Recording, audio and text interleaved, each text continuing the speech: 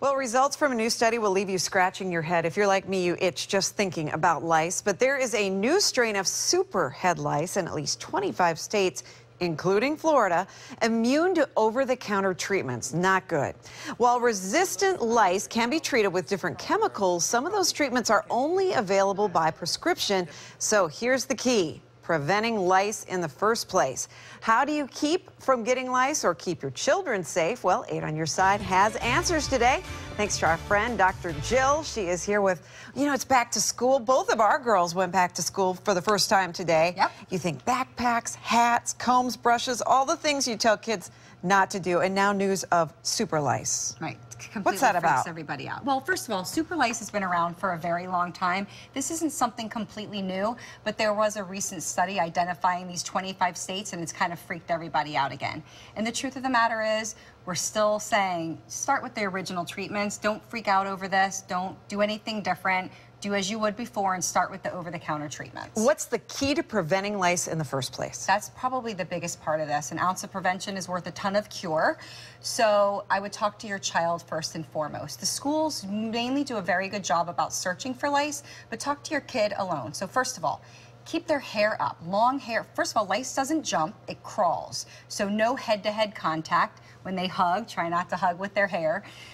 Don't share brushes, don't share helmets, don't share your sweater in class. Make sure you kind of keep a distance. And I'm thinking with backpacks, if you have long hair like girls do, put your backpack down and all the backpacks are in the same place. And they live for a little while, but it's generally like they're going to crawl from one person to the other person. Okay. And then the other thing with prevention is people think, oh, it only happens if you're dirty. You're only going to get lice that way. Well, that's not true. Actually, lice is, if your hair is a little bit dirty, it actually prevents lice. The people who go home and wash their kids' hair all the time, it doesn't do anything to prevent.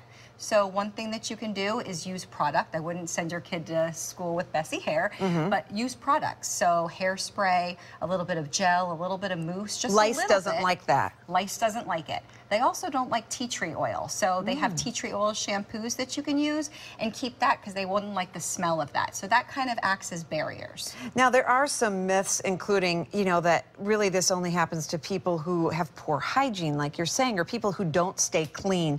That's not true. It's the opposite, you're saying. 100% not true. Lice happens to everybody. Absolutely no one is immune. It can happen to anyone. So get rid of all those stigmas. How often should you check, and how do you check quickly? Okay, real quickly. So I recommend checking weekly. Obviously, if your school comes home with a letter saying someone's been positive, you need to check a little more frequently. And the way I recommend that you check: wash and shampoo and condition your child's hair, then bring them out of the shower and use one of those knit combs. The metal ones are the best. Start from the scalp all the way down the hair. Take what's on the comb, put it on a tissue.